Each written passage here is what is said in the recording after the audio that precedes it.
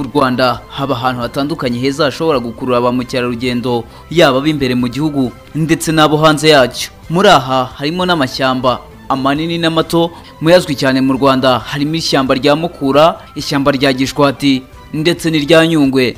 Nubwo iri tugiye kugarukaho muri tuhamenye yacu uyu munsi ritari rinini cyane nkayo maze kukubwira, ariko naryo ritanga icyizere cyuko riramutse ryitaweho rigahabwa umwimerere waryo ndetse rikongerwa ryaba ahantu heza naho habereye gusurwa na ba mukerarugendo.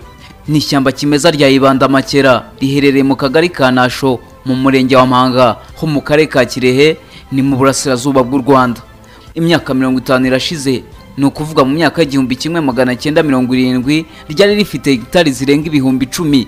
Ahantu bivuga ko habagamo inyamaswa nyinshi zitandukanye zirimo iz'inkazi nk'imbogo, intare, inzovu n'izindi.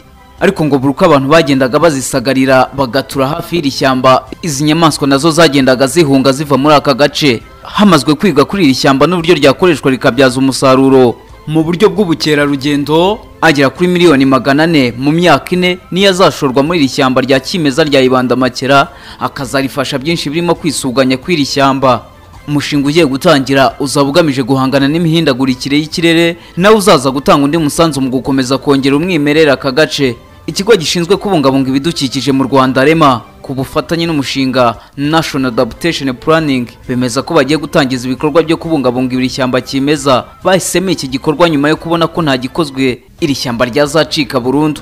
Ubu hakaba harimo gukorwa ubukangurambaga bugamije gufasha abaturage gukoresha ubundi buryo bwo gucana hadakoreshejwe ibiti ngo bakomeze kuribungabunga. Muri bikorwa harimo no kurizitira uruzitiro rutandukanye n'abaturage, hakazanaterwamo ibiti bishya byinshi ndetse hanongerwamo n'ibindi byari bisanzwemo, maze rikitabwaho kuko rititaweho ryagenda rigabanuka ku buso kurushaho, maze akamaro ryari rifitiye abaturage n'igihugu muri rusange bikagenda biyoyoka.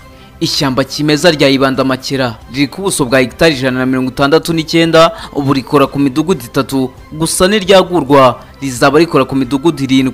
Aka gace kabarizwamo inyamaswa zirimo inkima, inkende, isatura. Hari n'abavuga ko habamo ingwe ndetse n'amoko atandukanye y'inyoni n'inzoka nyinshi. Habarizwamo kandi amoko y'ibiti 124 harimo n'ibivura indwara zitandukanye. Harimo ibishanga bikomoka ku mugezi w'Akagera ndetse n'akagezi ka Makera. Ubushakashatsi bwakozwe kuri iri shyamba buvuga ko riramutse ritunganyijwe neza nibura 1/10 cy'abasura parike y'Akagera naryo barisura. Aka gace kari gafite amashyamba 6 ya kimeza, 3 muri yo yarazimiye. Ibandamakera ni rimwe mu yarokotse. Ndiberwa Gakuba Prudence, Isango Star.